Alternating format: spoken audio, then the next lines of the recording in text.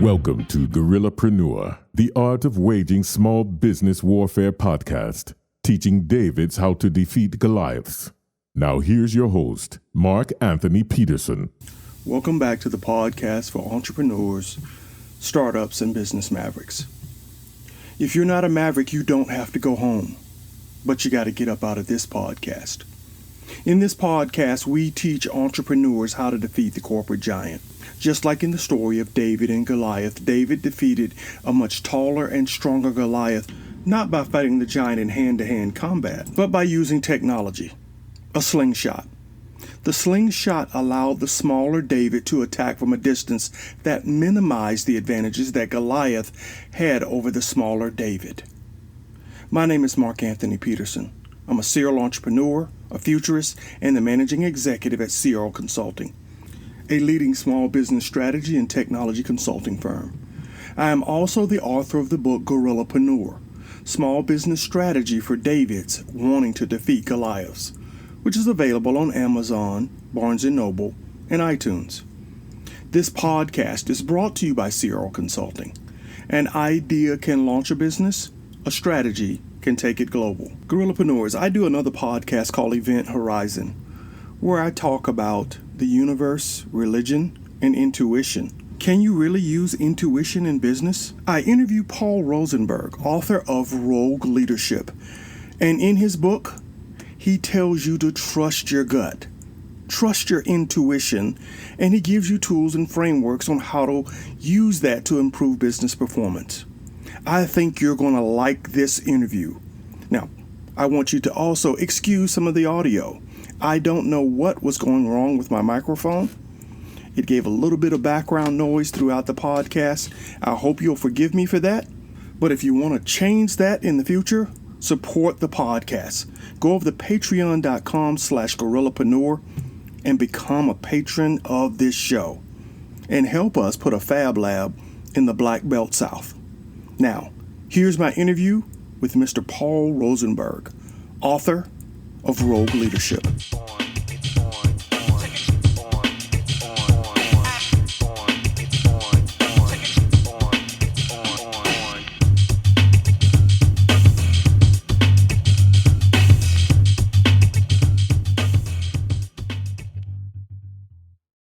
Guerrillapreneurs, welcome back to the podcast. I think we have a very exciting show for you today. We have with us Mr. Paul Rosenberg, and he has written a book called Rogue Leadership.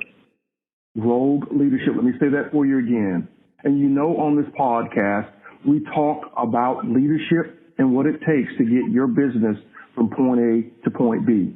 But before we jump in and talk about Rogue Leadership, let me tell you a little bit about Paul. He has a BA in Mass Communications and Sociology from the University of Denver and an MBA from the California Lutheran University. And here's what's really cool about his background. He is a stand-up comic and a former improvisational actor, in addition to being a leadership coach. Now, the coaches that I work with, if they were as cool as him, I probably would learn a whole lot more. Mr. Rosenberg, thank you for being on the podcast. Great to be here. Thank you. Now, I've only scratched the surface. Tell us a little bit more. Well, I've been a leadership coach and consultant for over 30 years, and my focus during those 30 years has always been on the human side of things. So my view is that no matter the technology, the process you're using, whether you're a startup, a small organization, or a Forbes 500 firm, the key always is that work has to be executed by human beings. So that's where I put my attention, and that's what kind of Rogue Leadership is all about, is that human side of things. Before that, I was in business development. I led the first joint venture on marketing and training in the ex-Soviet Union under Perestroika and Gorbachev. So I have kind of a business development background to go with that. So that's what I've been doing the past 30 years. So how did the stand-up comedy weave its way into your background? A very important part of how I coach is to not take things so seriously and have a sense of humor. I think that's important for anybody out there who's leading an organization or who wants to lead an organization.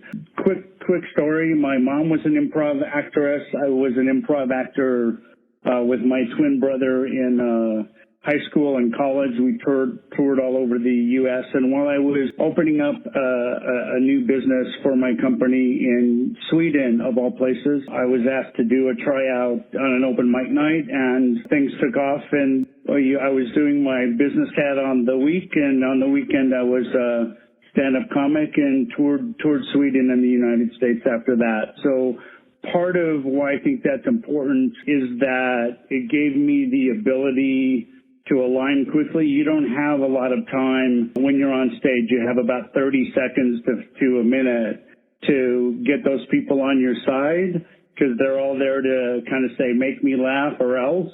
And so the ability to kind of read where people are and how to get them aligned has served me well throughout my coaching career. That's an important point you make there, that first impression, that first minute of interaction, and getting people to align with where you want to take them, be it comedy or business. Is that one of the biggest mistakes that you see with many CEOs or startup executives, is that they fail to make that connection with people? Absolutely. I think here's why. The pace of the world is so dynamic, and there's millions of bits of data coming at us, and we're asked to make decisions quickly. And a lot of the leaders that I work with think that by acting that they're taking care of things. And my view is that unless you connect and whatever action you take is meaningful, then you're just wasting your time. So what I see with the leaders that I coach is that they're usually all about, taking action, but not right action. And the right action means really connecting with your workforce, your colleagues, your clients, whoever that is. That has to be done so authentically and in a meaningful way. Otherwise, you're just checking the box. And that may lead to better use of what you call that gut instinct. Let's rewind a little bit back to that business development and Perestroika. You opened the book talking about how that experience led to this book. Can you walk us through the scenario that you lay out in the foreword of the book around this business development opportunity in Russia? Absolutely. I'm a big fan of instinct. I don't want to scare anybody. We're not going to align our chakras or wear crystals. I think that it's a muscle that we all have, but we've kind of forgotten how to listen to. So just a brief recap. I was in a taxi cab sharing a ride in New York to the airport, and the guy said to me, you really should check out the Soviet Union. This is in the late 80s, early 90s. And when I landed in Madrid where I was headed, I just felt like, you know what, I have to explore this further. There was just this strong kind of gut instinct that said, you gotta start a conversation and go to where it leads. And I ended up talking with, meeting the ambassador in the Madrid embassy for the USSR. We began talking. He was fascinated about the work I was doing in terms of training and business to business and marketing. And then one day he called. I happened to drop by. I was just on my way doing something else, and I said, you know what? I need to stop by the embassy today. I had no reason to do that, and it ended up that the number 3 economic advisor for Gorbachev was in town. I got invited to spend a couple hours with him in the garden, and that's what started that whole business development journey. So I learned from that by listening to my gut, which is kind of contrary to what most people do. Most of us think, well, that's not logical, or that's not something that a leader should do. Most of us avoid that. I think going rogue means paying attention to what that inner voice is telling you. So is that how you define rogue leadership? So for me, rogue leadership is about, on a big macro level, letting go to gain more control. And we talked a little bit about the pace of the world and the demands on us. And my view is by going rogue, that to me, that's going against the grain and doing things differently, such as listening to your instinct more, such as taking time to make a decision when the boss is or your stakeholder is saying, I want a decision now. Take the time to reflect a bit. Take 5 minutes, take an hour. Don't get swept away by the pressures of that outside world. It's really about, again, simplifying things in a lot of ways. How you interact with your team. It doesn't have to be complicated, but we've all forgotten how to do that. We've all forgotten how to have that personal one-on-one conversation. We pop off the email, we text them, we grab on the phone instead of walking down the hallway. All of that is connected to rogue leadership. It's making that purposeful connection and just being more aware and simplifying what has become quite complicated, where we just check the box and we're so busy moving fast that we really don't understand the impact that we're having. Now, in the example you mentioned with the former Soviet Union, you talked through a scenario where there's some gaps in time where there's no interaction, but you follow your instincts and reach back out to some of those stakeholders and get that conversation going again. Is that a good example of how you went against the grain? Is that an example of rogue leadership? Absolutely, because we had been in touch and we hadn't had a conversation for a couple of months. And as I said, that day, the day I chose on a whim, it may seem like a whim, but that inner voice was very clear. You need to stop by the embassy today. And without that, listening to that, I would have missed that business opportunity. So that the logical would be, well, don't want to bother them. I don't have an appointment. All that noise in my head would have usually blocked me from doing that. But it just came up out of the blue and said, you got to go over to the embassy. And as it turns out, that was a powerful step forward in our business relationship. How does one improve one's ability to listen to that inner voice? And how can I use it to improve my business performance? Great question. And there's a couple of things that I recommend to anybody I'm working with. I think the first thing is to create the space to hear that inner voice. All of us, or a lot of us, you get on a plane, you're off on the business meeting, and what do people do? They put on those noise reduction or noise cancellation headphones. Why? Because they want to remove the noise around them. And I recommend the same thing. If you have a decision to make, particularly a decision that you don't know which way to go, or it's a decision that, could cost your company a lot of money or have a huge impact on your team, the first thing I do is I get out of the normal space you're in. This sounds counterintuitive, but step out of the office, go outside, go to a different place.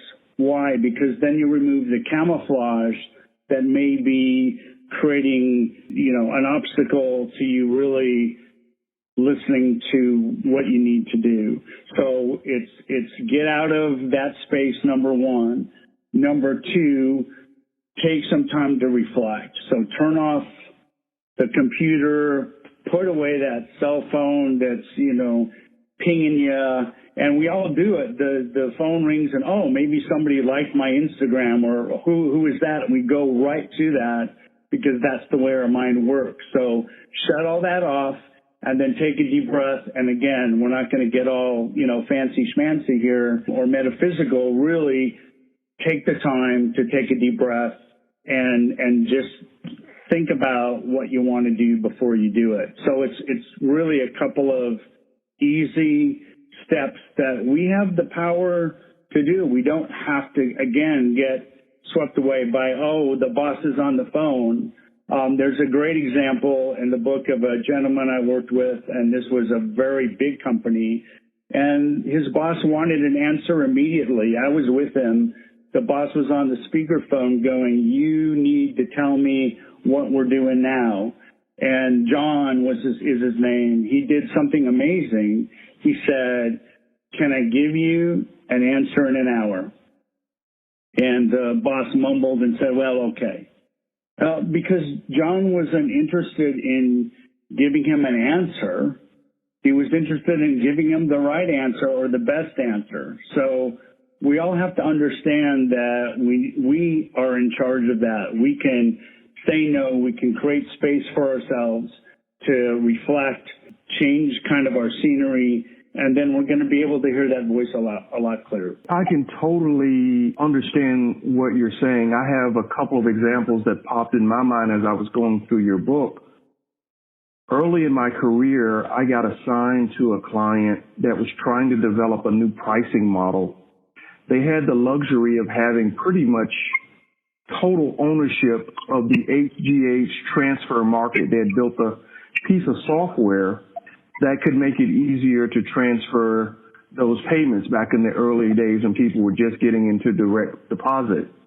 They had 95% of the market, and yet they found themselves in a situation where they were losing money because their pricing structure was not set up to accommodate small banks as well as the super large banks on the other end of the spectrum. They needed a new model that was going to be more dynamic and give them more value on both ends of that spectrum. They had called in 2 or 3 other firms to put together a pricing model. None of them had succeeded to the CEO's expectation. And when we were called in, they were on the last, budget to get this project complete. And I was brought in as a junior consultant to help out a partner figure this out. My first interaction with the team after hearing all the facts, looking at all the data, was I need to go on a walk. And fortunately, they had a very beautiful campus built up into the hills of North Georgia.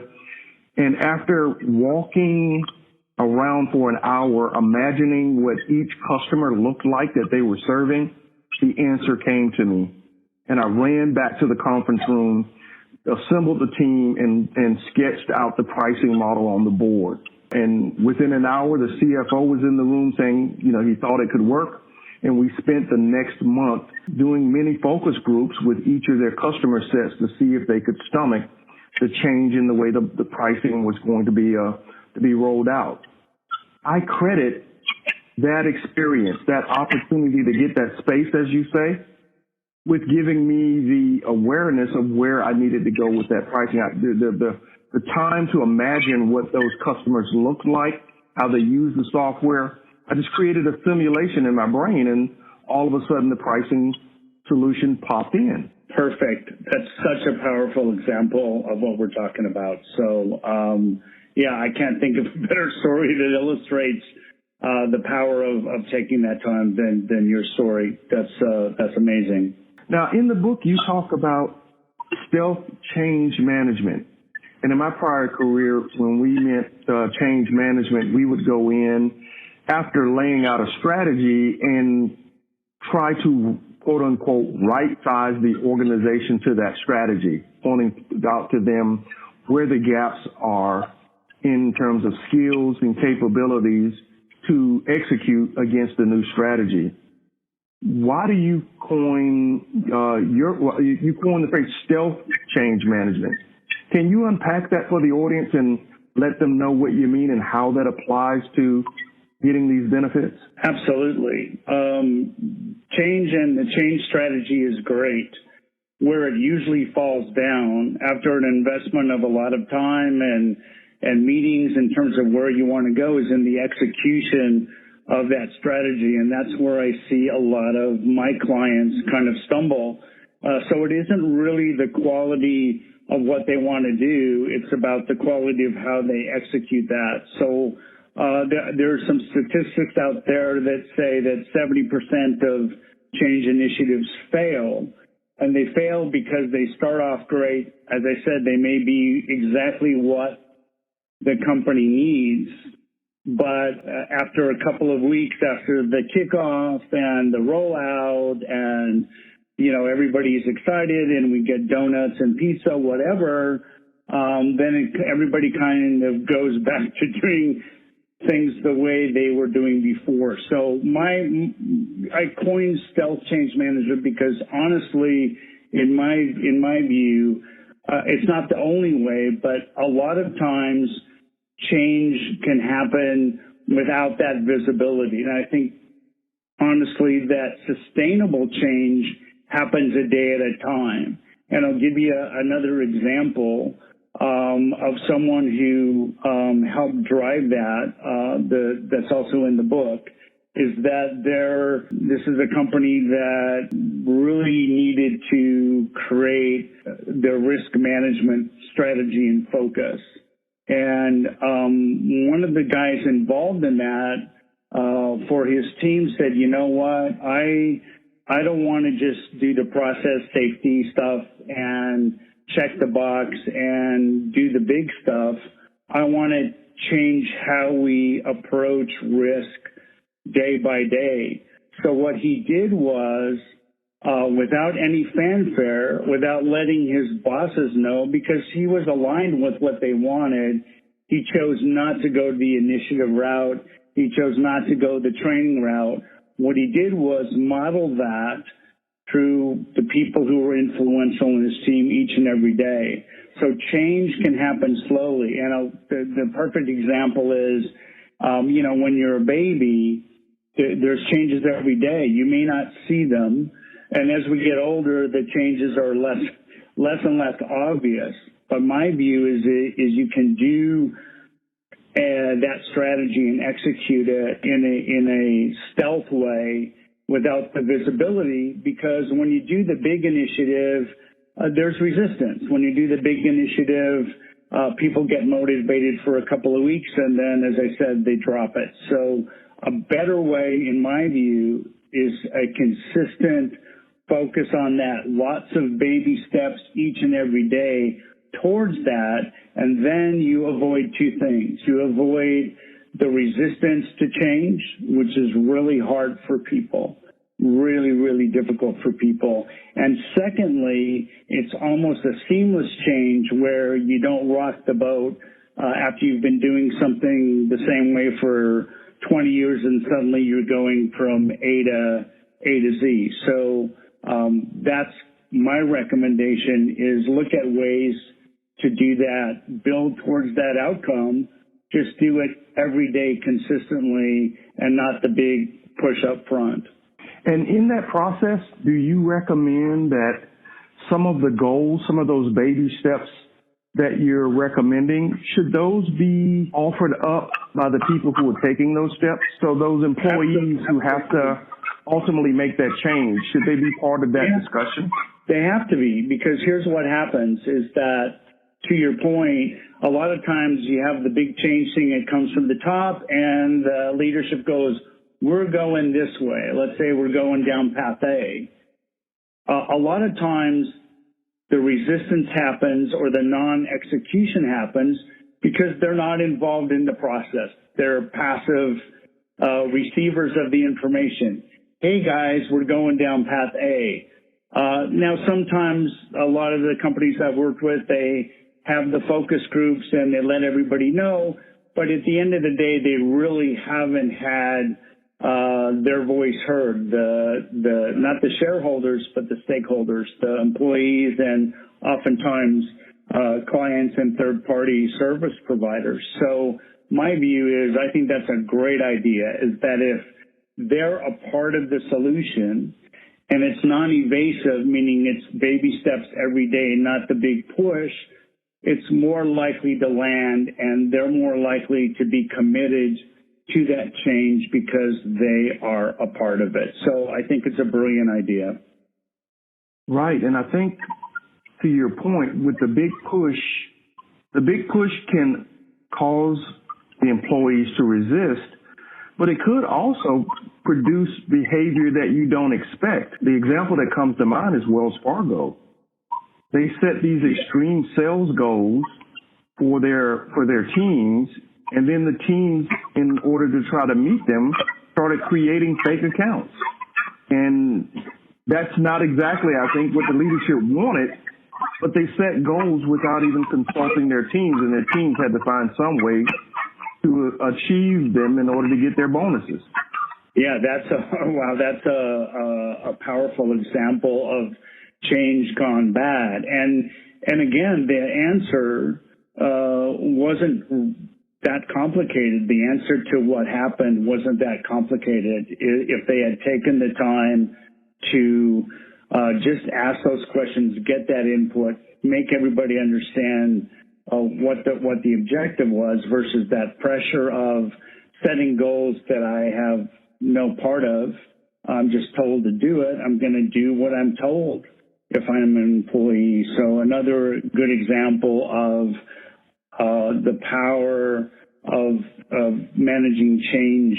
You can do the big stuff sometimes, but really managing it daily, simplifying it, having that clarity, and you're still going to get to the result you want. And I think, honestly, a more powerful path is that stealth change management. Now, another term you use in the book is disrupting disruption. Can you tell us what you mean by that? It's just my way of kind of taking a gentle poke at the latest, catchphrase. Everybody's a disruptor now. Everybody's disrupting. So my view going rogue is I want to disrupt the disruptors. I think that there's a place for that. I understand the concept. I think it has power and value. But again, now the marketplace is filled with people who are disruptors, and a lot of the time they don't harness. That can be a powerful tool, but it can't be used all the time, in my view. It has to be used with a purpose. And yeah, there's some folks out there who are always going to be just, creating the chaos. And out of that comes some good things sometimes. But I think you have to understand what you're doing in the big picture. And you have to ask yourself, are we doing this because that's what we're supposed to do because we're leading edge? Or are we doing this for a reason? So just my view is kind of a pot shot at the latest, greatest. I've worked with a lot of people and a lot of organizations. Some are Six Sigma organizations. Some are agile and like, hey, we're agile, we're Six Sigma, we're disruptors. But when you pull the label off of that activity, they're not really doing what they say they're doing. So I've worked with as I said, an organization that's world class that was Six Sigma. The whole leadership team were black belts. The whole company were green certified. It was about a 200-person operation, so not huge. And they checked the box on that, but day to day, they weren't really living, breathing, behaving as the organization they said they were. So that's just my way of saying, hey, check yourself. Great that you have the latest, greatest label, but if you're saying you're agile, are you really? Is that behavior manifesting itself in how you execute your work each and every day? Right, absolutely. The example that comes to mind is the company Patagonia. They deem themselves a responsible company, and they really tried to live it. And they went through an amazing journey I think of less trying to disrupt, but to give themselves the space for real change. And when they realized that they had great selling products that were actually destroying the mountains and hills that people enjoyed climbing, the owner said, we gotta fix that. We have to, even if we have to stop selling that product, we can't be the guys out there talking about being responsible if our product is actually destroying the beauty that we love. And that the CEO put that challenge to the team. How do we give people the same thrill and excitement of climbing a mountain without destroying that mountain? They did the same thing with their clothing when they realized that they were using more water than a small city to produce the cotton needed for their clothing. And as they reinvented the value chain, they were able to rethink how they manufactured their clothing. So, yeah, I get what you're saying, that sometimes disruption is a cool buzzword, but it's not exactly how you get to the real change that you want to have for your company. Absolutely. And I love your example because it goes to something else. I firmly believe that if you come from a place of value, the rest is going to take care of itself. So, right now there's a lot of companies who are looking at sustainability. They're looking how they connect to the community.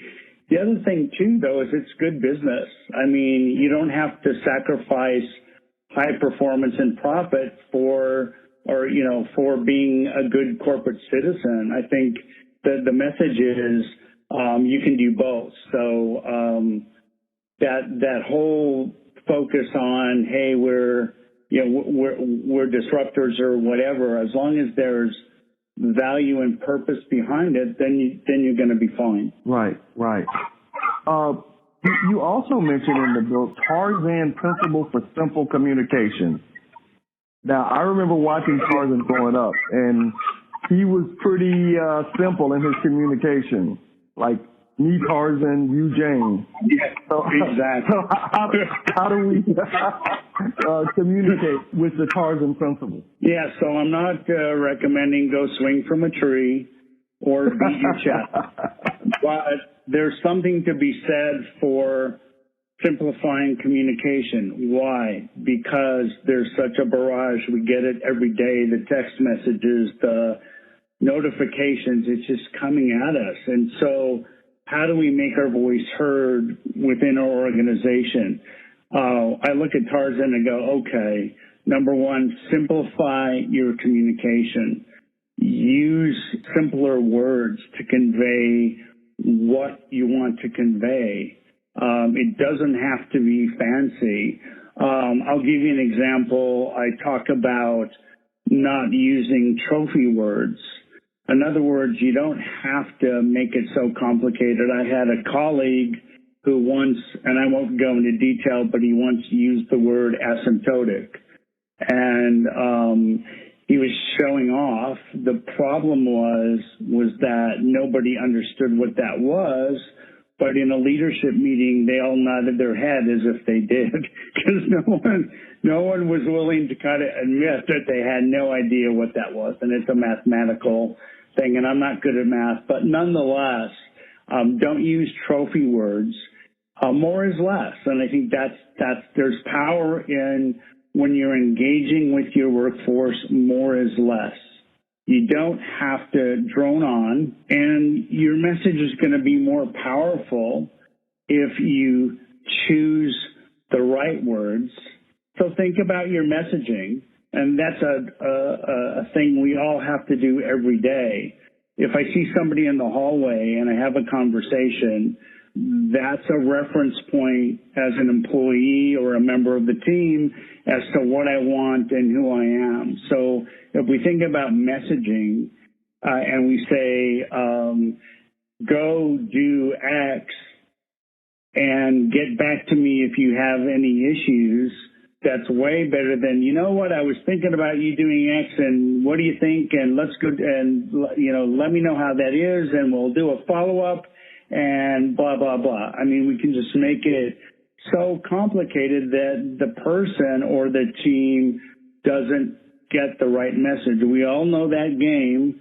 You've played it, I've played it, about gossip, right? And you pass that. That's just a sentence. Imagine how butchered a sentence can get at the end of gossip by the time it gets to the last person. That's why, again, go rogue, take a deep breath, and simplify your messaging. And the other thing I'd ask is be consistent about it.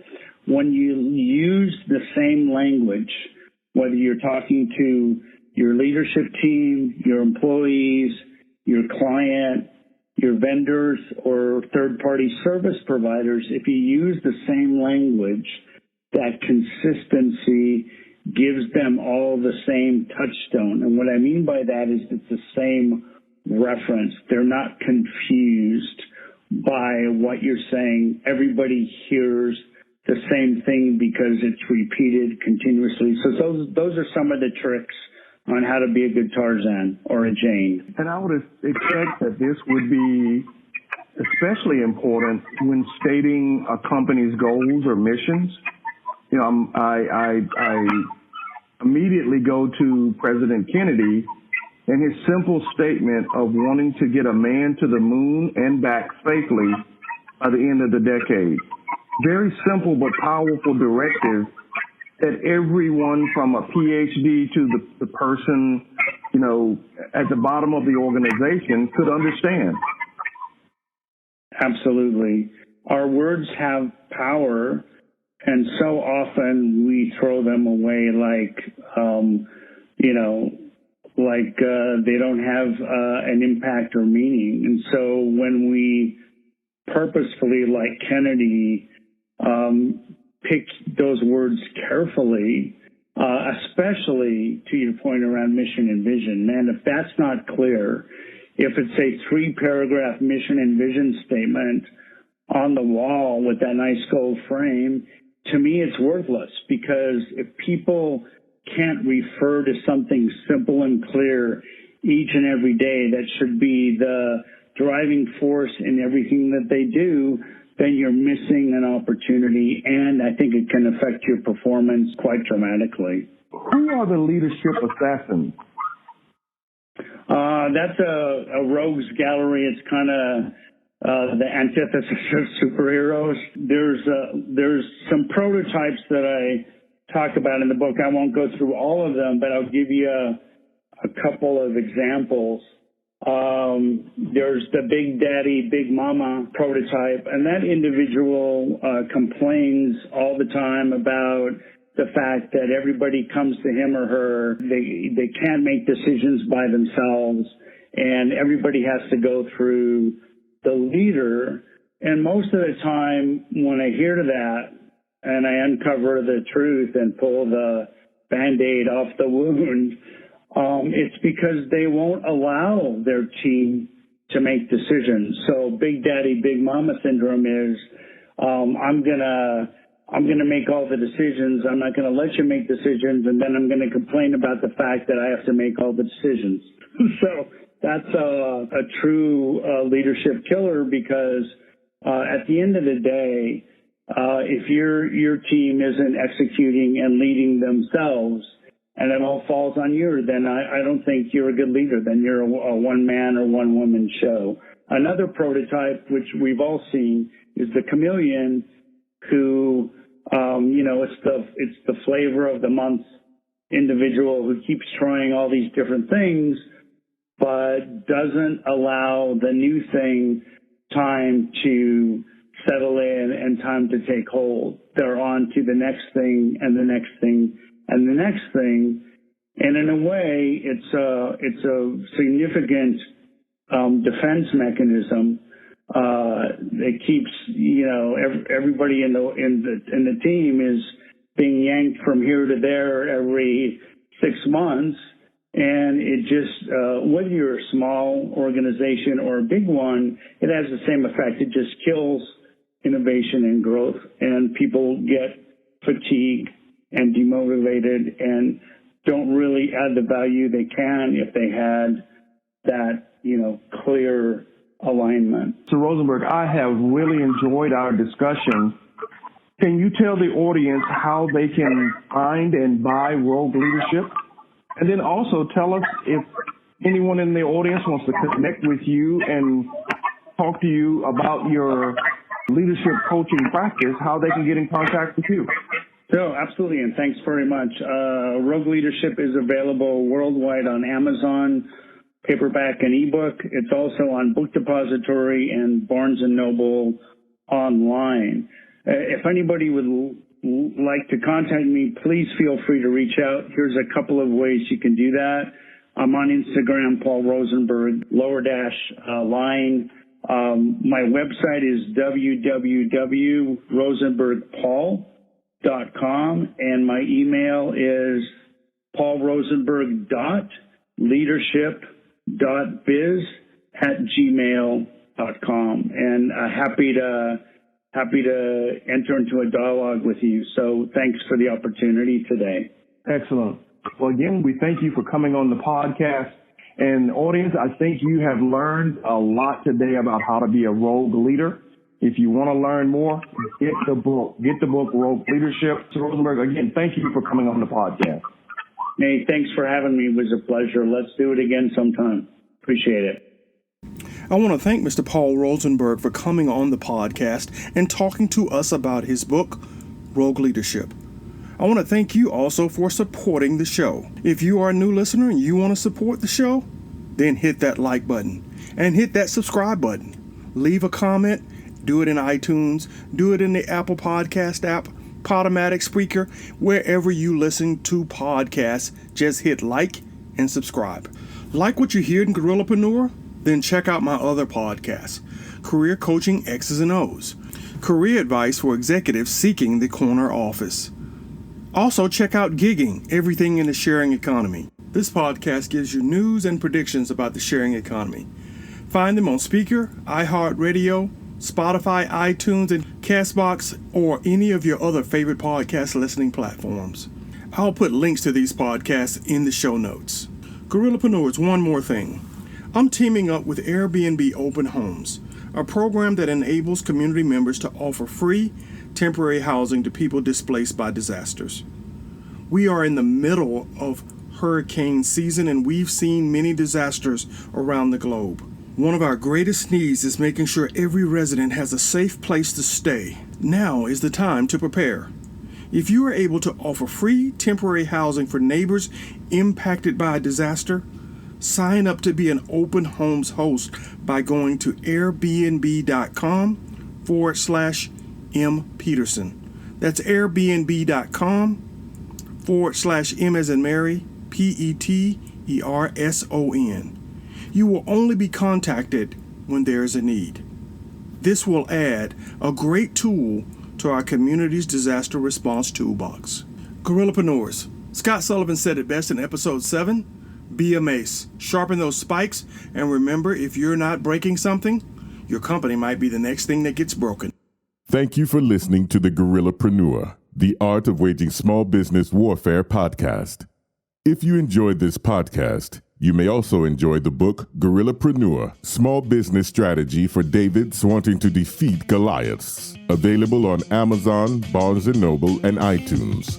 Follow Mark Peterson on Facebook, Instagram, and Twitter at Guerrillapreneur. Now I want to close with a quote from the great Chinese military strategist Sun Tzu. Victorious warriors win first and then go to war, while defeated warriors go to war first, then seek to win. Keep fighting, guerrillapreneurs.